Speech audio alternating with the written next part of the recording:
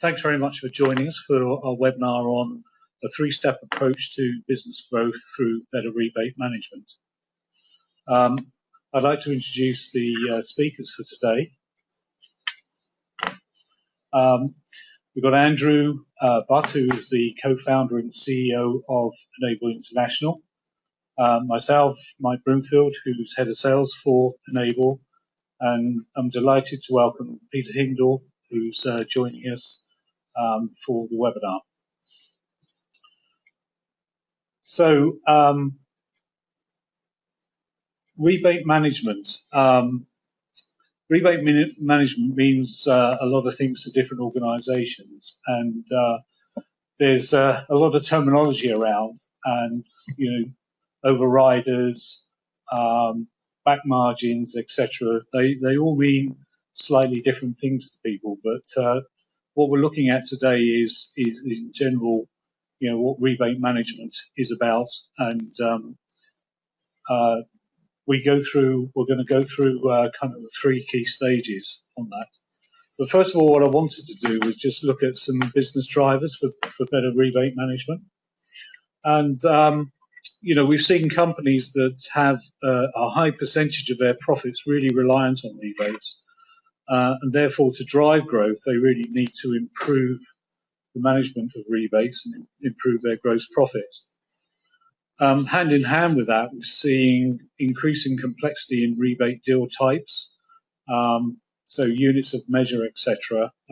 All kind of big issues and big drivers for better rebate management.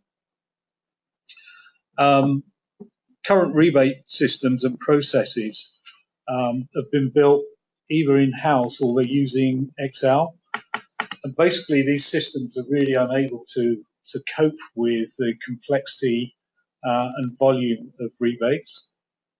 We've seen audit requirements becoming even more stringent, and the need for better transparency on how rebates work.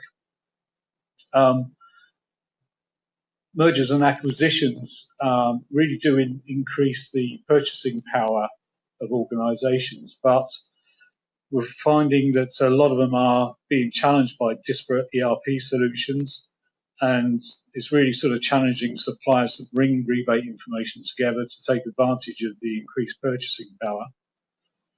Strategic collaboration with suppliers to grow market share is absolutely key, and also working with companies such as buying groups, independents, and nationals. So we see these as all as being real business drivers for companies to look at rebate management. So what I'd like to do at this point is to introduce Peter Hindle, who is currently the chairman of the Builders Merchants Federation, and previously the managing director of Jewson and the senior vice president of Saint-Gobain, who is a big multinational operating in 68 countries, etc.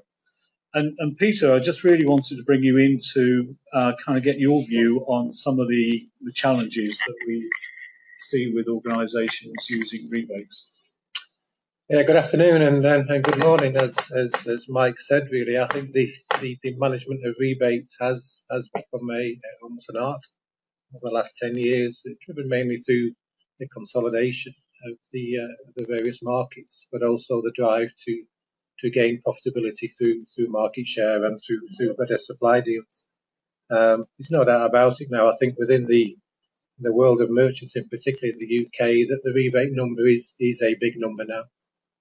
Previously, many years ago, it wasn't quite the big issue as it is today. But the management of that number now is strategically very important, and through the complexity and the reliance which we'll come on to really in terms of that working with the manufacturers and the distributors, the importance of this rebate number is absolutely critical for the management. Brilliant. Okay, thank you, Peter. So today we're going to talk about the three key stages, and first of all we're going to look at stage one, which is really taking control of rebates, gaining efficiency and claiming the missing profit. Stage two is all about working smarter, with your trading partners and suppliers. And stage 3 is really about growth, working on growth and working on joint business plans. So to kind of start things off, Andrew, in your journey to develop an enterprise rebate management solution, you must have come across many situations where companies have struggled to realise the rebates they were due. What do you think the major reasons are for this? Thank you, Mike, and final good morning and good afternoon from me. So there's a number of key areas that we find that companies are challenged with at this first stage in the process. Missed rebates is certainly one of those, and I will go through in a moment some of the key reasons for that. But there are some others. So, for example, because a lot of the cash is tied up in rebates and it takes time to manually calculate them and claim them, it can also lead to poor cash flow, with companies having millions of pounds tied up at any point in time. So that is one particular challenge. Also, trying to actually understand true product profitability is a real challenge. So because of the complexity of the deals, actually understanding what the margin is on a product is really difficult to do.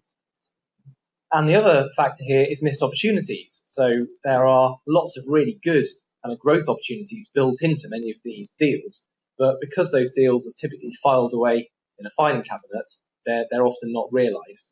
And coming on specifically to your point, Mike, about the reasons why rebates is missed, there's many that we've come across, and we've just listed 8 here.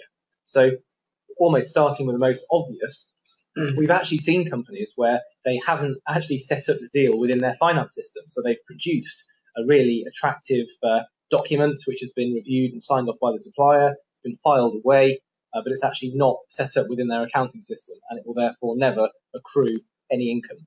And that's quite surprising, but we have seen it multiple times. We've also seen that often deals are very complex and the headline numbers look good. So it might be you get 7% or 10% on the surface, but because of the complexity, in reality, you get far less than that, and the deals just don't perform as expected. And that links also nicely onto the third point in terms of misunderstandings between parties.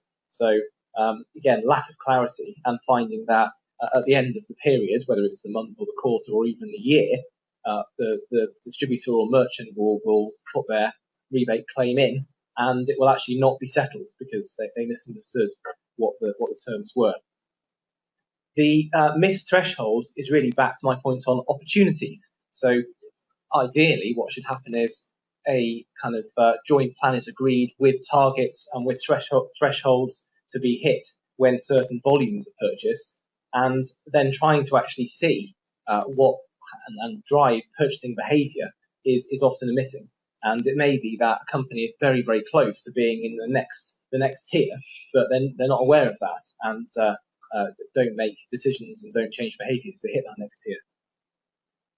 Other examples, we're talking on the top right here about poor visibility of products, and we find that commercial teams often are not actually able to access the product within their ERP system at all. They can't see how the products are being set up. There's no visibility. And that means that when later down the line, finance come to actually claim for those deals, because the products are not set up correctly, it's inevitable that the claims will be inaccurate. In terms of over-reliance on suppliers, there's no doubt about it. Historically, the EDP systems and ERP systems that we currently run within the organisations do not calculate correctly really the amounts that are owed by suppliers. So there is a big reliance on the manufacturers playing fair and giving the merchants the right numbers. And then in terms of the granularity, we're finding that deals are often done right down to individual product level, at individual branch level, even down to different days of the week. And to calculate to that level is quite complex. So often what happens is companies are approximating at the, say, category level or maybe product category by month. And again, this is resulting in the claims not being comprehensive. Again, on new products, it's an interesting one, this, because a lot of the manufacturers put an awful lot of effort into R&D and the launch of new products, which no doubt about it, are sometimes built into the deals themselves, but not always. And certainly from a manufacturer's viewpoint, really, they are looking to drive into new markets with new products, and sometimes the deals just don't capture enough, really, the opportunities in terms of new product launches. And then finally, on the visibility at point of sale, I guess here we're talking about true product profitability and the true cost of product, which in many cases now, because of the level of rebates available and the complexity of those rebate schemes, really understanding the true profitability of product at sale is something that is, again, is currently not really available within the marketplace. Okay. So Andrew, I guess if I can summarise, what we're saying is that companies are really leaving money on the table, and I guess typically we've seen it in the sort of 2% range, but in some cases that could be much more than that. Left unchecked, this could have a real impact on the bottom line and obviously future growth. So how has that need shaped the development of deal track functionality? Sure. So what we've done over the last 5 years or so is we've actually built a cloud-based system to manage rebates and help companies to grow by using rebate agreements. It is fully integrated with all of the leading ERP systems, and also will integrate with bespoke ERP systems as well, because we've got a whole range of APIs available. It's all hosted in the UK and the USA, so we have an instance in the USA for our North American clients and a separate data center in the UK for our UK clients. And in terms of what we've built, we've built a comprehensive system whereby our clients can create all of their trading agreements inside the system, which is Deal Track. They can bring in their master data, which tends to be products, categories, branches, all of the different rebate earning elements that they need to tag to their trading agreements. And then once they have set up their agreements, we then bring in purchases information, sales information at a very detailed level. So again, it could be, for example, goods received at each branch each day, and we compare each of the records in that data with all of the deals to calculate exactly what rebate is due and what the true product profitability is. So we're looking at literally what is the margin per product, per branch, per day. So that really is the core kind of capability of what Deal Track does and how we've responded to those requirements. Having gained control of the current rebates and deals, I guess the next step in sort of phase 2 really is, or step 2, is to work smarter with suppliers and work closely with them to analyse and refine deals. So Andrew, how does this work in practice, and typically what are the things companies need to consider to create more profitable relationships with suppliers? Sure, yeah. So you're absolutely right that kind of taking control of what you have now and making sure that the existing deals are executed is just the beginning. There is a lot more to it than that. And what we've developed is a whole series of modules that allow us to give clients more value. So starting with the workflow engine, this is all about sharing the deals between merchants or distributor and their supplier, and giving full visibility so that they can actually propose deals to each other and get sign-off properly internally and externally. So it's a proper audit trail, and again, avoids misunderstandings and make sure that the deals will perform as they thought they would. So that's a key part. We've also got a supplier portal, and we're increasingly doing more work with suppliers. So understanding what they need and giving suppliers lots of visibility to the deals. So again, there's no surprises and one view of the truth. We've developed a whole module around notifications. So this is helping people to see when they might be at risk of hitting a target, and also where they could just change their behavior slightly in order to reach the next target. So we're sending lots of proactive notifications. These are some of the examples of what we're doing. And we build up a huge amount of data inside DealTrack because, once again, we have a record of every single trading agreement, every single rebate deal, each of the products and the branches and the turnover types that relates to, and we have exactly what the purchases and the goods receipts are. And that means that we can help with a lot of modelling. So we can help companies to model new deals. And what's on the screen here is just an example of a typical model, in this case being promoted by A.T. Kearney. And DealTrack really supports this type of analysis and much more, where companies can drop onto a grid different elements, so different merchants or different suppliers or different products, and really see how they're performing and really help to drive conversations with partners and kind of change their behavior to maximize growth and margin. So as I mentioned earlier, DealTrack is a cloud-based system. You access it in a web browser, and just to give you a quick idea of how this works, every user gets a personalized view, which is secure, and it is set up using permissions. So each user will only see the suppliers or the merchants that are relevant to them, and you can control what type of functionality they see.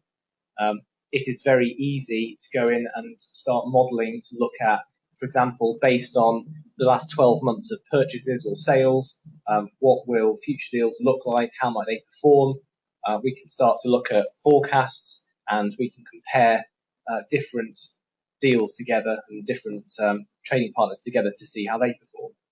And we can then use the workflow capability to actually push this through a process so that everyone within the organization and outside, so in the trading partner, the supplier, for example, can see what's being proposed and get the opportunity to comment and sign that off.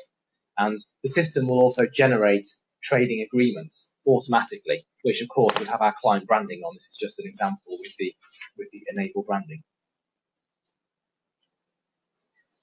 So that's just a few examples of how we've extended the capability into step 2 and gone beyond that initial kind of rebate calculator of stage 1. Okay, thank you, Andrew. Just if you've got any questions at all, you can use the question pane on the GoToWebinar. So if you've got any questions at all, please put them in the question pane, and we'll attempt to answer those at the back of it. Andrew, just on the point of value, then clearly stage 1 is all about finding missing rebates, and it's an important part of the ROI for DealTrack. But some may say that lost rebates are perhaps a one-off benefit. How would smarter trading sort of be seen as an ongoing benefit with DealTrack? Okay, so I think really looking at the data and the insight that's within the system, it's possible to plan different scenarios and look at kind of what the outcome would be, both in terms of revenue and profit, by adopting different kind of buying profiles and working in different ways. So some of what we've looked at in terms of the modelling and the forecasting, I think is really useful to be able to actually generate additional margin, and we can move from the kind of stage 1 approach of just claiming what's already due, which sounds really quite basic, but in our experience working with many companies, every single company we've worked with has been able to find that they haven't been claiming what's due. And I think you referred to probably 2% as being typically what might be found there. And then stage 2, we're probably looking at a similar benefit again, so another 2%, which is really about looking at new opportunities and kind of actually gaining more market share and more margin on top of that initial 2%. Great. Okay. So Peter, and I mean, you've your experience, you've really sort of sat on both sides of the fence. Really, you've taken a viewpoint from the manufacturer side as well as distribution. Andrew's clearly highlighted that the smarter approach will improve conversations with suppliers. But if we take this a stage further into step 3 and working with suppliers in a strategic, collaborative way, how could this work for companies who wish to embrace joint business planning to drive growth and And how does rebates and better rebate management play a part in that?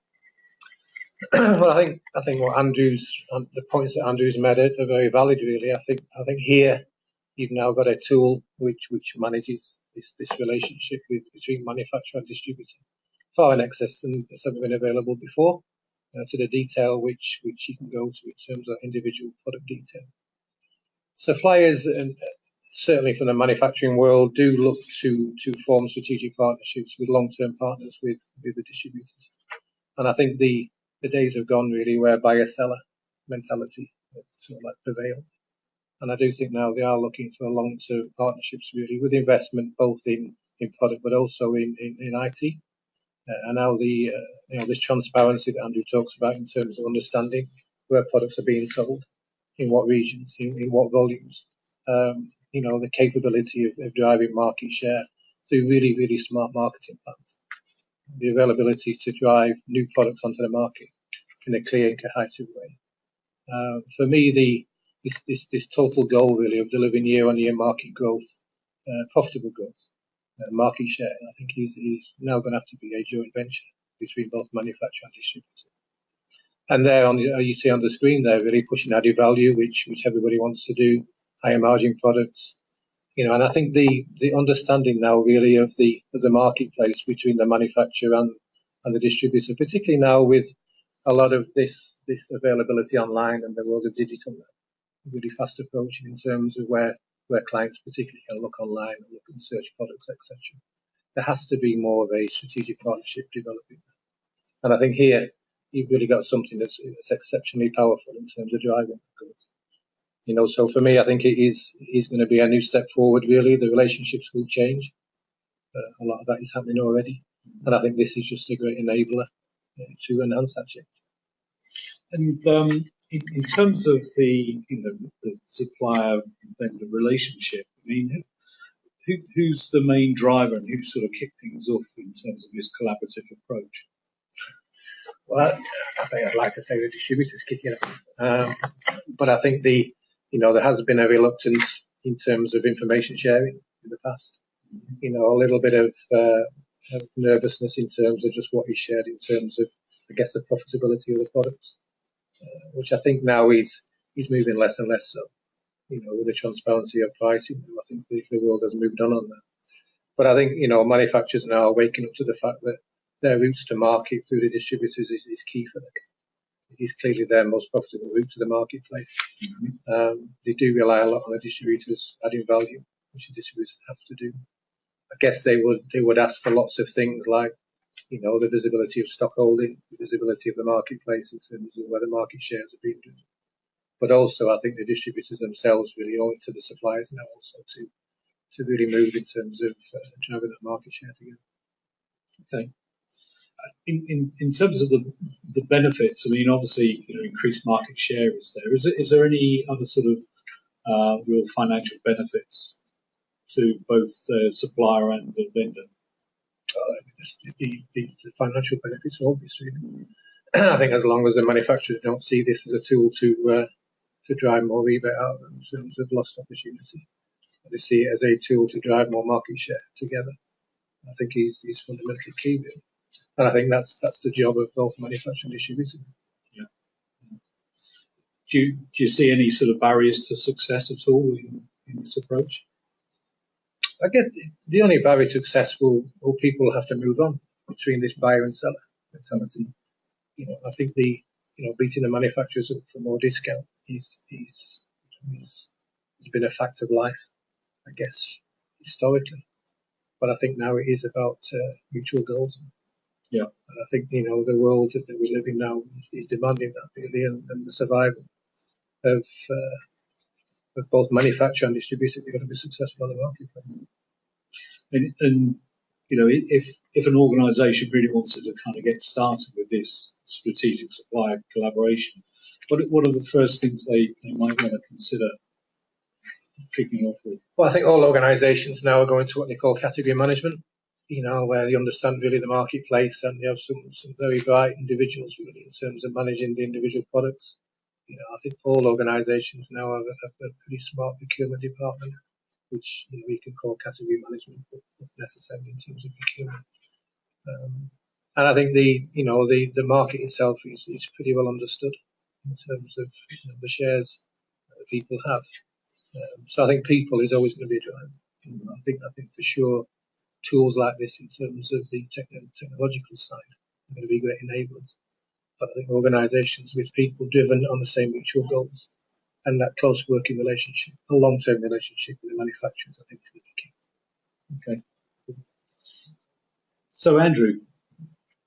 Yeah, sure. So I think that's really comprehensive in terms of just quickly going through the three stages, and I thought it would be helpful just to summarise before we go into questions, perhaps on that. So we kind of started out talking about stage one, which is really taking control of your existing agreements, and this is where DealTrack started, and where having a really efficient system to allow you to model and represent your agreements and your deals and your rebates, and then make sure they're claimed and that they are accrued for correctly is really important, and kind of just the beginning. So that's where we began, and where we have found certainly millions of pounds amongst our clients of missing rebates.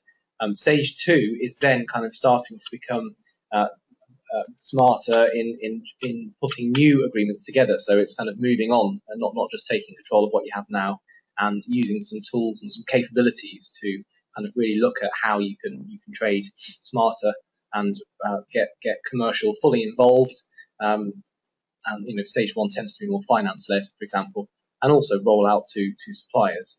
And then stage three is really this close strategic collaboration with suppliers and genuinely achieving this mutual growth. And Peter, one point you mentioned to me earlier is of course buying this product is all very well, but you've actually got to sell it as well, haven't you? So actually driving behaviour down right into branches and onto the shop floor is important. Yeah, absolutely. A deal is good, but it's only good if you sell a product. So taking Mike's point in terms of profitability, you've got to sell these products to make it really work. And I think there the execution of joint business plans is key to it. That's great. So our goal at Enable, DealTrack quickly became a market-leading rebate management system in a number of sectors, but has been to evolve that into a collaborative tool that genuinely helps drive mutual growth and hit mutual objectives between suppliers and merchants. That's what it's all about. And we've now worked with quite a number of companies. We've got just a selection on here, so quite a few in the building materials sector. We've got clients such as AD and Morrison Supply in the US. We've got big UK groups such as Travis Perkins. And we've also got clients in other sectors. So XL Vets, Today's Group and Landmark are a good representation. Some of those are buying groups. And this software is particularly powerful in buying groups as well as in national companies. So we've basically taken a lot of industry kind of knowledge and experience and package this up into a solution which is really helping our clients to improve their cash flow and make sure that they're maximising their profit potential, and also making sure that they are financially compliant. And that's something which has definitely gone up the agenda over recent years. And the core solution is a piece of software, but of course software is only as good as the implementation. So making sure that we work closely on a full managed rollout is absolutely essential. Okay, so we're just about running on time. We've got some time for questions. We've had a couple come in already. The first one, I guess, is Andrew. We had a question on about how to tackle the issue of different ERP solutions and passing data between systems and your solution. How do you tackle that? So, yes, we integrate with a wide range of ERP systems. We've got some standard interfaces which are compatible with many big systems such as SAP and Oracle and Microsoft Dynamics. And with those standard interfaces, we can quickly take data from our clients and bring it in, usually on a daily basis, We have an approach which is based on batch files on a daily basis, for example. Another one which is more API based. And in addition to that, we have enterprise integration services. So where a client can't meet the formats or they have a system we haven't come across before, we actually do have a development team who spend all day working on those kind of custom integration projects. Okay. We have another question in is sort of how quickly can we expect a return on investment from implementing DealTrack? Yeah, so what we find typically is if we allowed a 6-month time period for the implementation, it can be quicker than that, but it does come down partly to the quality of data within the client, and there are a few factors. But if we allowed 6 months from start to finish to implement the software, then we would say in the first 12 months of live operation, the system is generally always paying for itself. So I'd say 12 to 18 months is realistic there. Okay.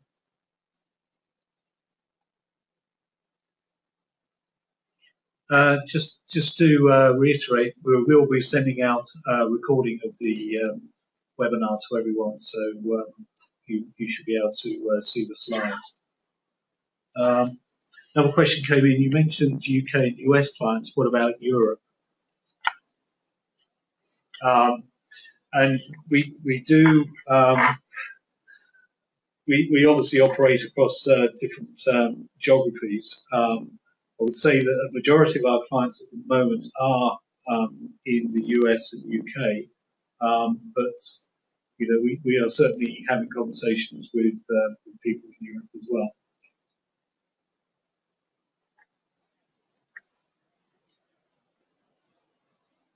So another question to come up: do you work with merchants of all sizes? I previously discussed your team, so it's really a question about what sort of size of merchants do you work with, Andrew? Sure. Yeah. So we've got a lot of sort of national clients, and I also did mention we do work with quite a few buying groups as well, and that's been really effective because then the members of the buying groups can all use the system. It can absolutely work with a smaller organisation, but I think it comes back to the ROI question, which is if the level of kind of spend, goods for retail spend and rebate income is quite low compared to, say, a buying group or a national, the cost of putting the software in place is actually not that different. So, of course, on a smaller organisation, the ROI may not be as compelling, but certainly it's worth having a good look at that closely. Okay. Another question coming: is there a limit to the data? I have thousands of suppliers. So I guess a good example of that is probably Travis Perkins. Well, I think Travis Perkins is a good example of a group that has many companies within it, and it is public knowledge that they have about 18 companies within their group, and we have done a group-wide implementation. So that's been quite a good test of the capability, and we're talking about many thousands of suppliers and a whole range, probably 6 ERP systems and maybe a million product lines. So there certainly is not a hard limit on data numbers. Okay, there seems to be a follow-up question about security. Should I be concerned about security? What assurances can you give me about passing data between systems in the cloud? Yeah, sure. So we use a lot of industry best practice technology to encrypt data submission, and we also do have the ISO accreditations. We have both 9001 for quality, but more relevant is 27001, which is all about information security. And we've had those now for a number of years, and we do comply with all of that security best practice. So we can send out some white papers on our sort of detailed security methodologies. So we've got a question here asking about which ERP systems we interface with, and the person that raised this, Elaine, mentioned that she has SAP, Encore, and MS Dynamics. We certainly have experience of SAP and Microsoft Dynamics. We'd have to look at Encore to see if we've looked at that in the past.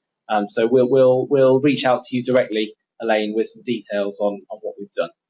But it is pretty comprehensive, so I'm sure we can talk to you about that. Now, I saw one question here about, let's have a look, frequency of data push from ERP to deal track. So that does vary by client, but that often is daily, because we really like to be able to provide an up-to-the-day view on spend, margin, and so on. So typically it's a daily push of data. Some companies want to do it less frequently than that, perhaps weekly or worse, monthly. So just looking through these questions here. One question that's come in from Yelena is, can your solution manage customer rebates as well as supplier rebates, or is this focused on the supplier rebates only? So the short answer is yes, this software does manage customer rebates and supplier rebates, and we have got some live clients, quite a number of live clients that use it to manage their customer rebates. From a marketing point of view, we often find that supplier rebates are more complex because merchants and distributors are dealing with lots of suppliers with lots of different deal types, and there's real complexity across many products, whereas a supplier tends to have a smaller number of products. So from a marketing point of view, we've concentrated more on supplier rebates, but the system is absolutely capable of managing customer rebates.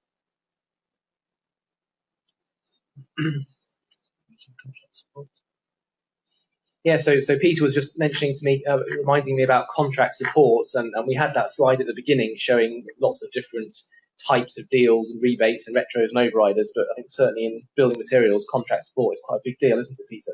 Yeah, contract support is another area where merchants in general have great difficulty in terms of measuring this, but again, it'll do that as well as customer rebates. So you have supplier rebates, customer rebates, but also contract support, which I guess is a bit in the middle. So it manages any sort of complexity where you have, the various shapes of the deals. Thank you, Peter. Okay, my goodness, we've got a lot of questions flowing in here, Mike. Great. So how do you handle multi-currency? We certainly have clients that manage deals in multiple currencies, and it's possible to support that and take a feed of data in terms of, so for example, the purchases data can be in any currency you want, and in fact, it can be in any other unit of measure as well. So some deals are calculated based on volume, and some are based on value. Some can be based on square meters or other units of measure. So whether it's different currencies or other units of measure, that is accommodated by the system.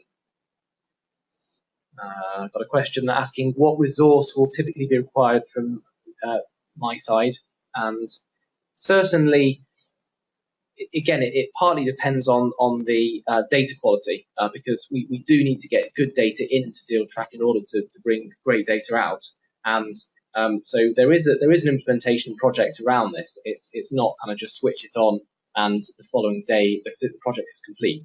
There is actually an implementation project, so there will need to be some project management input and support on the client side, and some time on the client side. But we've now implemented this in many companies, so we can really kind of guide clients through the process and make it as straightforward as possible.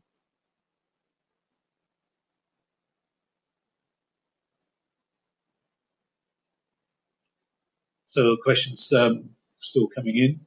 Yeah, there are a couple of others here. One question is, can I get my suppliers to log in? And the answer is absolutely yes.